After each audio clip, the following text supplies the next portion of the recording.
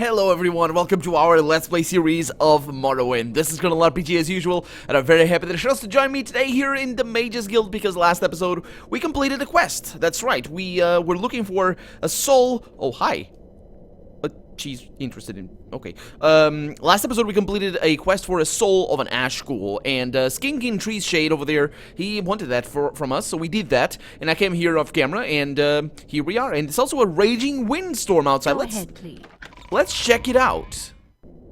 You hear this? Let's see. What say you? Oh. Shouldn't be that sound effect, should it now? Should it now? It should not. It's because I came straight from, where were we? From, I don't know. Welcome. If you wish to talk. Oh, because we there's cast a really no recall. trouble at all. Yeah, we cast a recall to Balmora, and then we came here. Blessed we are. We are. Yes, about the Ash School. Yes, I found the soul gem. Oh, yes, this will do nicely. I hope it wasn't too difficult. No, it really wasn't. It really wasn't. Do you have any duties? I have another task for you, Archmage, but it is a difficult one. I believe there's another book on vampires. Galur Rithari's papers. Yes, these papers allegedly describe how the Ordinator from Bal-Ur, became a vampire and was cured. I would be most interested in a copy of this book. Ask booksellers and scholars. Someone surely knows where a copy is. Okay. Then no, I don't have the papers. Who am I gonna ask? Do you know anything about Giladus? Well, let's take the guild guide over here and take it to let's say Balmora. Let's go straight there because we know who's the boss over here. How delightful. Actually, do you know anything about that? No. Okay. Oh, does she have duties for me? Welcome. Speak with the Jira and Rani's R3s. Yes, yeah, she doesn't have. She had duties for me, but not anymore. Yeah, let's have a chat with you. Do you have anything? Oh, no. Well, she doesn't have anything for us. Not a problem. Not a problem, because we're going straight to this bookseller over here, and he's gonna tell me something. I hope. It's weird that it's got the notes, and it's a book, but, well, let's see. So, it's a G. Looking for Galur Rithari's papers. Oh, I've heard of it, but do not know where to find a copy. Try looking in Vivec. Sure thing. Let's go to Vivec. And to get to Vivec, it's actually pretty easy. We go with the Silt Strider over here and take it directly to outside of the foreign quarter. And then from there we go to the Jobash's books, which is in the lower wasteworks of this canton over here. Of course, we need to go over there. What's that for? What's that entrance for? There's two main entrances. It's weird because this place only has one main plaza. This... Wait a minute. That's not the main plaza up there, is it? Okay, this is where I need to go. The lower wasteworks and Jobash's rare books are over here, I believe. Let's see. This is the apothecary. Over here we have the alchemist, and over here we have Jobash's rare books. Maybe he is gonna know something about this. Hey man, how's it going? Greetings. Nope. I thought he had like ebony pants or something, but nope. Hello, Mr. Ordinator. Do you know anything about Galur Rithari's papers? Jobash has heard of this book. You might try looking at the library in the Hall of Justice here in Vivec. It is a well-hidden library and guarded at all times, but you'll find a copy there. Jobash does not have a copy of this book. Swift hunting, friend. Yes, you as well. I'll see you later. And... Halls of Justice, huh? Is it this one? No, that's the High Fane. Hall of Justice is either down here or on the other side. This one. So we go to the library.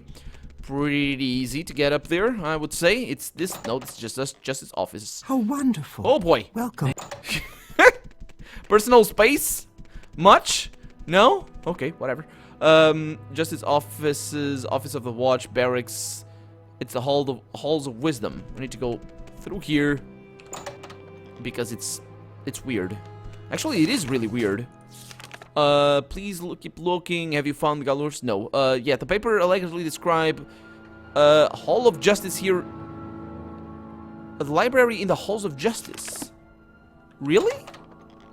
I didn't know there was a... Well, it's no wonder it's well hidden. I mean, I have been there most likely, but I just forget.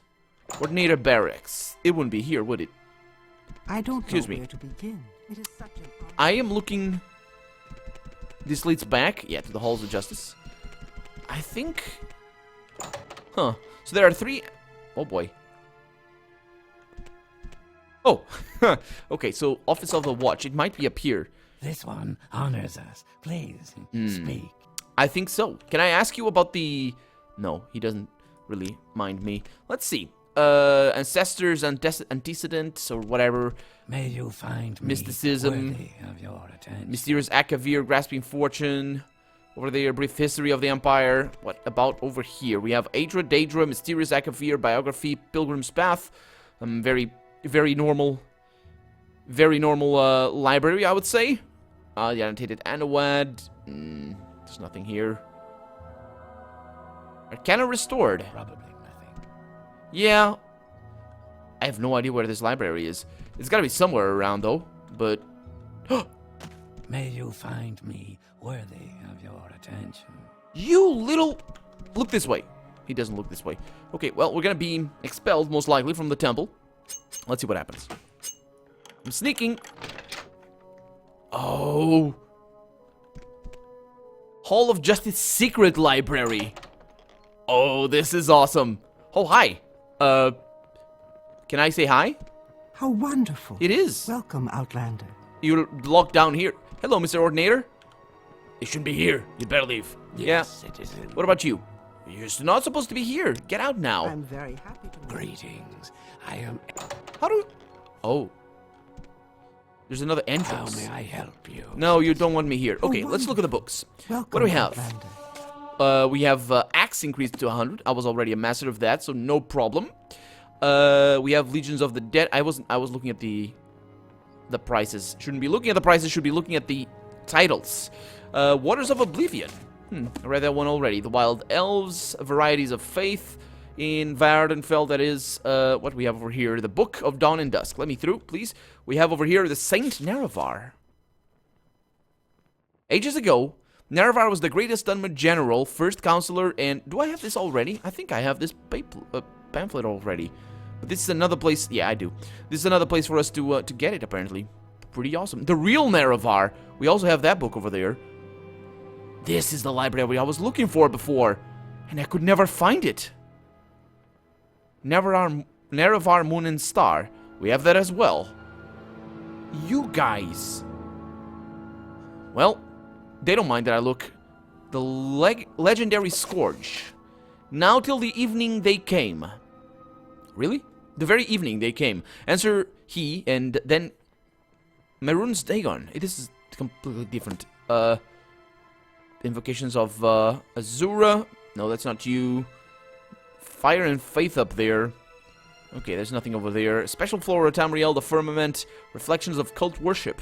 Yeah, it's very normal stuff, I would say, in here. What do we have? The Darkest Darkness.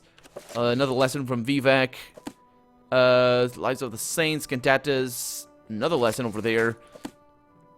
And over here we have Nerevar at Red Mountain. I think I have that as well. Don't I? Nerevar at... No? I must. We don't have that? Well, I'm gonna get that. Please don't arrest me. The following is from the Apocrypha, the hidden writings of the Tribunal Temple. It is a scholarly retelling of a tradition transmitted through the Ashlanders concerning the Battle of Red Mountain and subsequent events. The Ashlanders associate this tale with the telling of Alandru Sul, a shield companion of Nerevar, who came to live among the Ashlanders after the death of Nerevar and during the ascension of the Tribunal. There are many variant treatments of this story, but or variant treatments, but the primary elements are consistent throughout the tradition. The murder of Nerevar, the tragic fate of Dagoth Ur, and the profane source of the Tribunal's divine power are denied by Temple doctrine as ignorant Ashlander superstition and not widely known among civilized Dunmer. It says, Resdain present-day Morrowind was contested ground between two very different types of Mur, the Shimmer, who worshipped Daedra, and the Dwemer, the Shimmer, and the Dwemer, who worshipped a profane and secret power. Lorcam, I would say? Maybe. These two people warred with each other constantly until their lands were invaded by a young, vibrant, and violent alien culture, the Nords. The Shimmer worshipped Daedra. Could it be the ancestors of the Dunmer? Let's see, two heroes, one from the Shimmer and one from the Dwemer, Indoril Nerevar and Dumak Dwarf Orc, made dwarf orc. Interesting. Made peace between their people and together ousted the alien invaders. Then these two heroes worked long and hard to maintain that peace thereafter. Though their counselors thought it could not last, or worse, that it shouldn't. Nerevar's queen and his generals, Almalexia, Sothasil, and Vivec, told him to, the queen. Who was the queen? Queen and his generals, that's Almalexia. Yeah. Told him to claim all Resdain for his own. That's all this place, I suppose. But Nerevar would not listen, for he remembered his friendship with Dunmak. Or Dumak, rather. There would be only peace. Until Dagoth-Ur arrived, House Dagoth had discovered the source of the profane and secret power of the Dwemer, the legendary heart of Lorcan, which Dumak's people had used to make themselves immortal. Friendship with Dumak's people. And beyond the measure of the gods. In fact, one of their high priests, Kragernak, was building a new god so that the Dwemer could claim Resdain for their own. And that's Morrowind, Resdain. That's what they call it, I think. The tribunal urged Nerevar again to make war on the dwarves. Nerevar was troubled. He went to Dumak, his friend of old, and asked if what Dagoth-Ur said was true. But Kragernak and the high priests of the Dwemer had kept their new god secret from their king, and Dumak said the Dwemer were innocent and of any wrongdoing. Nerevar was troubled again and made pilgrimage to Holamayan, the sacred temple of Azura, who confirmed that Dagoth-Ur said was indeed true, and that the new god of the Dwemer should be destroyed for the safety of not only Resdain, but for the new whole world. So that's what Dagoth-Ur told me in my dreams, was that he wanted Nerevar to be his friend again, because it's this thing over here. When Nerevar went back and told his tribunal what the goddess had said, his queen and generals felt themselves proved aright, and again counseled him to war. There were reasons that the Dwemer and Shimmer had hated each other forever. There were the reasons. These were the reasons. Finally, Nerevar, angered that their friend Dumak would lie to him, went back to Vardenfell. This time, the Shimmer King was... Oh, that's the Shimmer King, Dumak, I think, maybe. The Shimmer King was arrayed in arms and armor and had his hosts around him, and he spoke harshly to Dumak, dwarf orc, king of Red Mountain. Dumak was the king of the Dwemer. Okay, king of Red Mountain. You must give up your worship of the heart of Lorcan, or I shall forget our friendship and deeds that were accomplished in its name.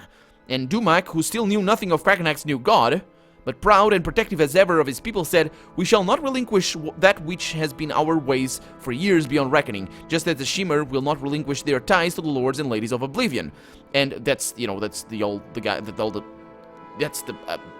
Daedra temples that we find all over the place, and also the statues to all the Daedra lords. And to come at my door in this way, he said, arrayed in arms and armor, and with your hosts around you, tells me that you have already forgotten our friendship. Stand down, my sweet Nerevar, or I swear, by the 15 and 1 golden tones, I shall kill you and all your people.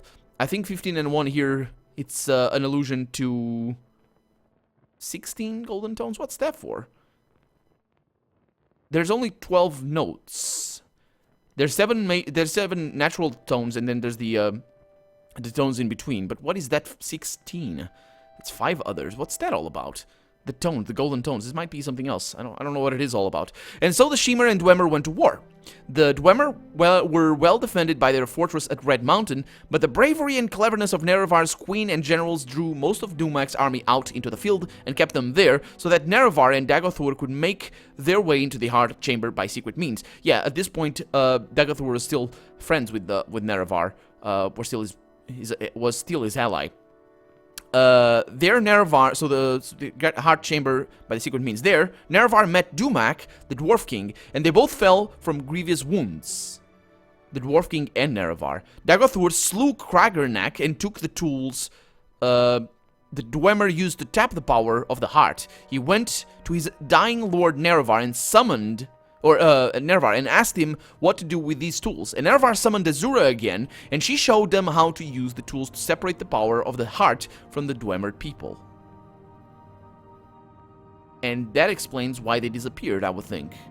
Because if you separate their god, and if their existence was dependent on that, then you kind of time travel, maybe? I don't know. And on the new fields, because it is similar to time travel, it's like a paradox sort of thing. And on the fields, The tribunal and their armies watched as the Dwemer turned into dust all around them as their stolen immortality was taken away. Yeah, that's... yeah. That explains it, doesn't it? Back in Red Mountain, Nerevar told Dagothur to protect the tools at the Heart Chamber until he returned. Dagothur said, "But shouldn't we destroy these tools at once, so that they might never be used for evil again?" Dagothur said this, but and this is coming from the Ashlanders. Huh. But Nerevar was confused by his wounds and his sorrow, for he still loved Dumak and the Dwemer people. Yeah, he killed the whole... he basically killed them all. That's what he did. Holy crap, but how can I mean, that's... No, I was gonna ask, how can the Ashlanders like this guy, but they don't like the Dwemer. They were, you know, at war with them, so it's not a... That's why they like Nerevar, because they killed them all. For he still loved Dumak and his people, and so went to the fields outside Red Mountain to confer with his queen and his generals, who had foreseen that this war would come, and whose counsel he would not ignore again. "I will ask the tribunal what we shall do with them," says Nerevar here, "for they have had wisdom in the past that I had not. Stay here, loyal Dagothur, until I return." Then Nerevar told his queen and generals all that had transpired on the Red Mountain, and how the Dwemer had used special tools to turn their people into immortals, and of the wondrous power of the Heart of Lorkhan. The tribunal decided that the Shimmer should learn how to use this power, so that Nerevar might claim Rusdain and the world for their people. Nerevar did not expect or want this, so he asked his queen and generals to help him summon Azura yet again for her guidance. But the tribunal had become as greedy as Kragenak upon hearing of the power of the heart, and they coveted it. They eventually got it as well, because they became immortals. They are gods now, so that's... we know something happened. They made ritual as if to summon Azura as Nerevar wanted, but Almalexia used poisoned candles, and Sothasil used poisoned robes, and Vivec used poisoned invocations. Nerevar was murdered. Then Azura came forth anyway. Yeah, that doesn't make sense. That doesn't make sense that they actually summoned Azura. Let's see what she did. Because why would they summon her? Why not kill him outright? He was just a normal person. They might have just ganged up on him. Anyway, then Azura came forth anyway and cursed the tribunal for their foul deeds. Even... maybe this is all a big misunderstanding, because they were indeed greedy at that point, but maybe they didn't actually kill him and just turned out as that. And it makes sense that the Ashlanders would believe Azura, if that was her judgment, you know, coming up on the scene, and just they basically summoned her and Nerevar died of his wounds or whatever. That's what they claim anyway. But it doesn't make sense. Why would they poison... How would you do this? Poisoned robes? What the hell? And the candles? I mean, the candles were kind of... I can get that, but then again, wouldn't they also get poisoned or something? I don't know. Anyway, she told them that she would use her powers over dusk and dawn to make sure Nerevar would come back and make things right again. But the tribunal laughed at her and said that soon they would be gods themselves, and that the Shimmer people would forget their old ways of worship. Yeah, that's what they wanted, but that doesn't mean they laughed at her. This is just a retelling. Anyway, and Azura knew this would be true, and that it would take a long time before her power might bring Nerevar back. What you have done here today is foul beyond measure, and you will grow to regret it. For the lives of gods are not what mortals think and matters that weigh only years to mortals weigh on gods forever. And so that they might know forever their wicked deeds, Azura changed the Shimmer into Dunmer. Oh, the Shimmer probably means ash people or some I don't know what it is, but I could look it up. And their skin turned ashen, and their eyes into fire. Let this mark remind you of your true selves who, like ghouls, fed on the nobility, heroism, and trust of their king. And then the tribunal went into Red Mountain and met with Dagothur. Dagothur saw what had been done, for his skin had changed as well, because he was one of them, of course, and he tried to avenge the death of Nerevar, but to no avail. He was driven off and thought dead. The tribunal found the tools he had been guarding and, through study of Kagranak's methods, turned themselves into gods. Thousands of years after their apotheosis, the tribunal are still the gods of Morrowind, and the old ways of worship are remembered only by a few. And the murder of Nerevar is known to fewer, but his queen and generals still fear his return, for the words of Azura linger long, and they see the mark of her curse on their people every day. Oh, that is awesome. That is so awesome. It's well written. It's really well written. It's got a tinge of like old speak, like, I don't know, Bible writing. I've never read the Bible in English, but it's got a tinge of that, like end to end, a bunch of ends. Just, it's really easy to read, and it's really easy to understand, and it's amazing because it connects with everything that we've learned so far, and it's just awesome. I'm gonna take this so much. I'm pretty sure we had to get this later, or maybe not, because I actually don't remember reading that recount. So I don't know if this is like a hidden thing or something. I just don't know. But that is awesome. That is really, really awesome. We had never read that. Oh my god.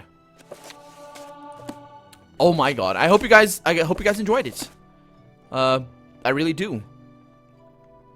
That is awesome. Okay, we're looking for, I don't actually know what I'm looking for. I was not looking anymore. Oh boy, somebody said something.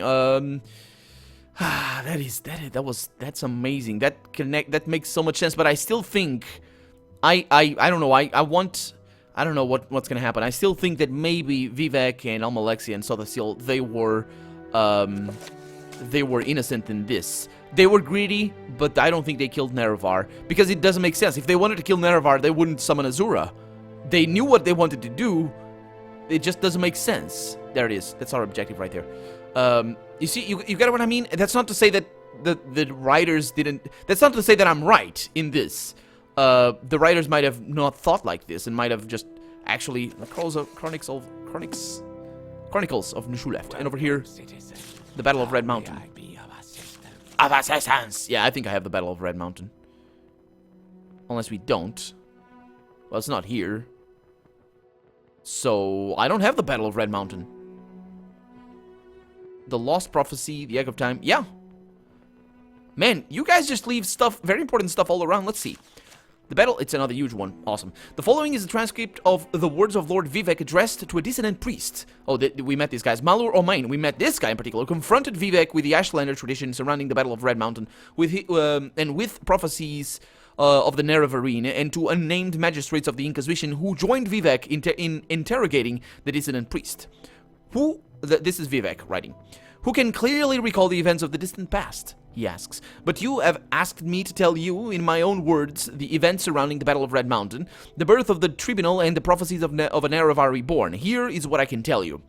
When the Shimmer first abandoned the herds and tents of their nomadic ancestors, and built the first great houses, we loved the Daedra, and worshipped them as gods. But our brethren, the Dwemer, scorned the Daedra, and mocked our foolish rituals, and preferred instead their gods of reason and logic.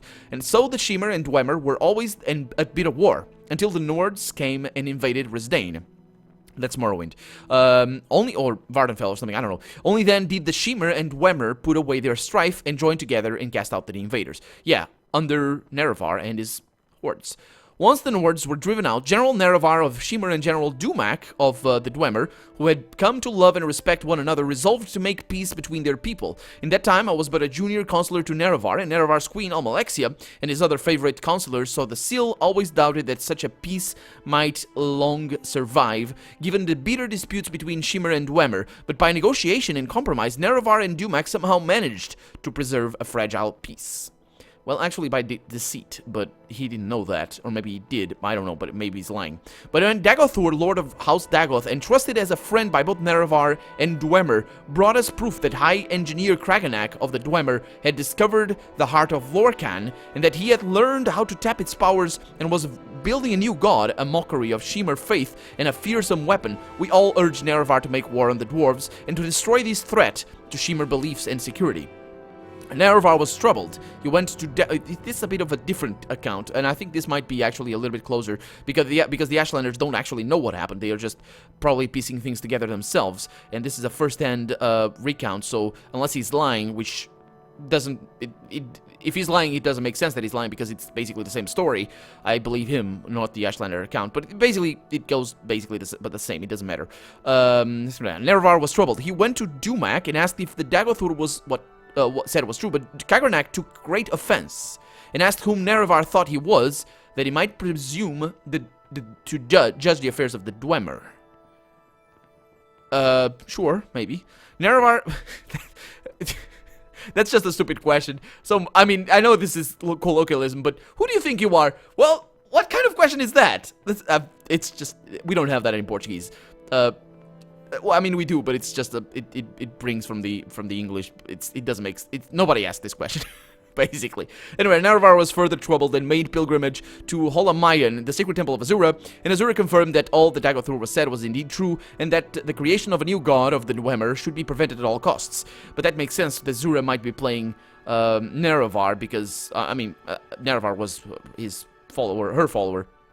But it makes sense Azura wouldn't want this new god, because it would be not good for her. When Nerevar came back and told us what the goddess had said, he felt our judgment confirmed and again counseled him to war, chiding Nerevar for his naive trust in friendship and reminding Nerevar of his duty to protect the faith and security of the Shimmer against the impiety and dangerous ambitions of the Dwemer. Then Nerevar went back to Vardenfell one last time, hoping that negotiations and compromise might once again preserve the peace. But this time the friends Nerevar and Dumak quarreled bitterly, and as a result the Shimmer and Dwemer went to war. Yeah, but Dwemer, this is kind of the same. The Dwemer were well defended by their fortress at Red Mountain, but Nerevar's cunning drew most of Dumak's army out into the field and pinned them there, while Nerevar, Dagoth-Ur, and a small group of companions could make their way into the heart chamber by secret means. There, Nerevar and Shimmer King met Dumak, the Dwarf King, and they both collapsed from grievous wounds and draining magics. With Dumak fallen and threatened by Dagoth-Ur and others, Kagranak turned his tools upon the heart. And Nerevar said he saw Kraganak and all his Dwemer companions at once disappear from the world. Huh. So in this account, it wasn't Nerevar that killed the Dwemer. It was the Dwemer themselves.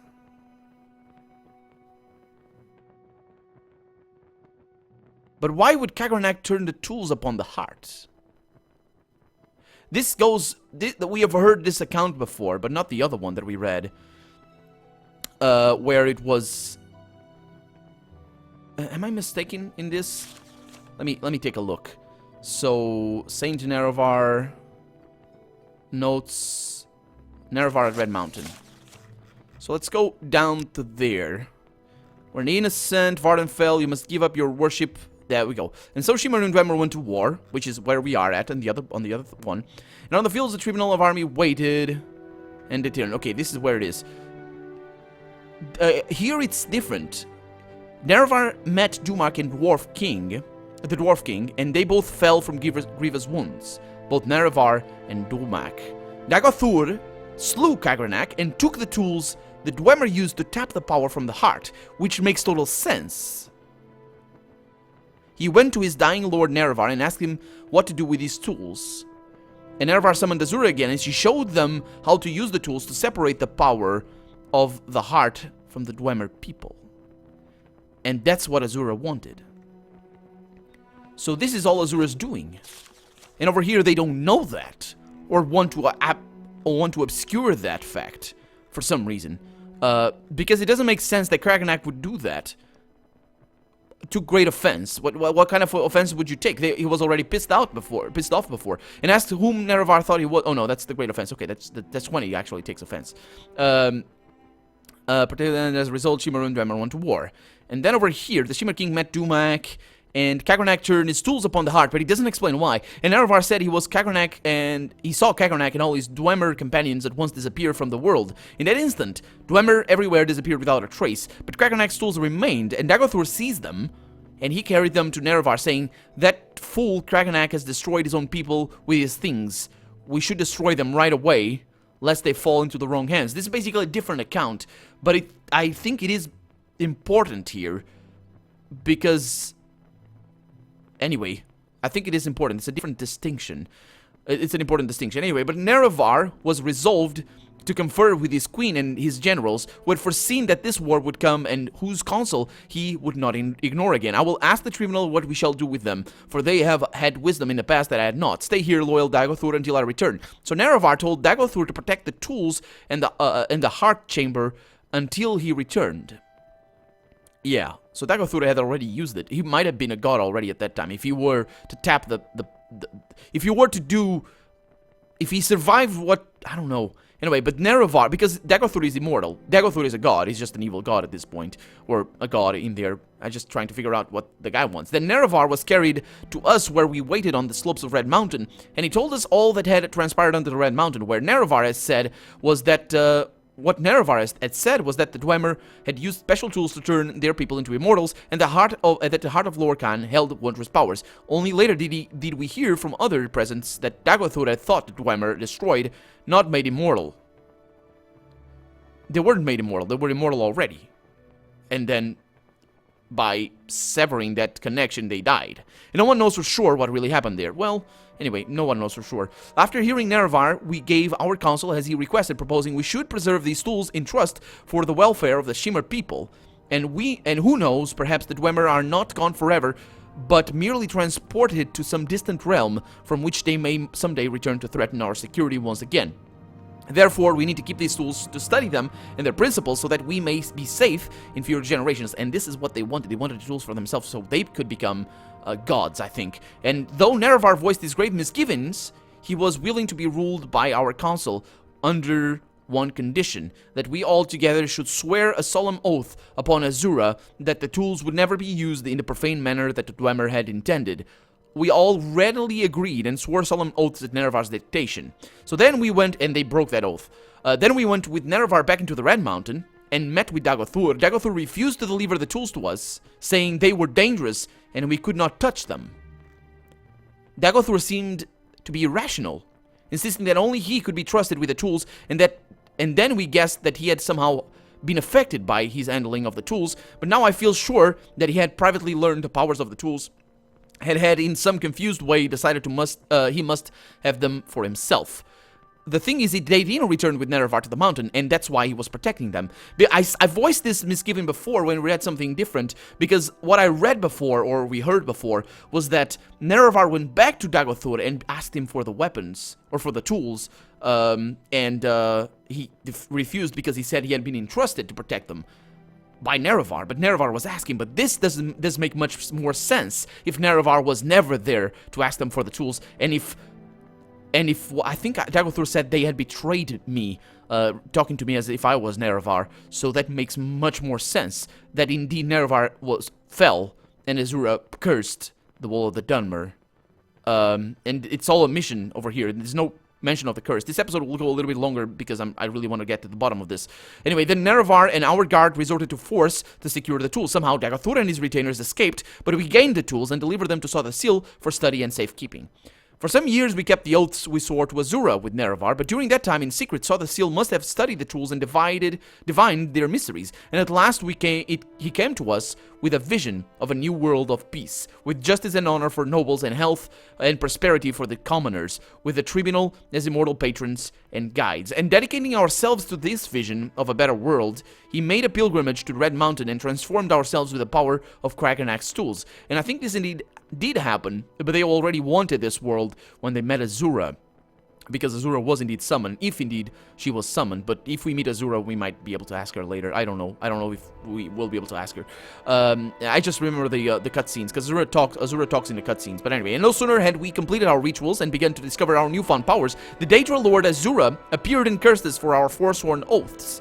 But her powers of prophecy, she assured us that her champion Nerevar, true to his oath, would return to punish us for our perfidy, and to make sure such profane knowledge might never again be used to mock and defy the will of the gods, of the Daedra in this case. But the Saw the Seal said to her, "The old gods are cruel and arbitrary."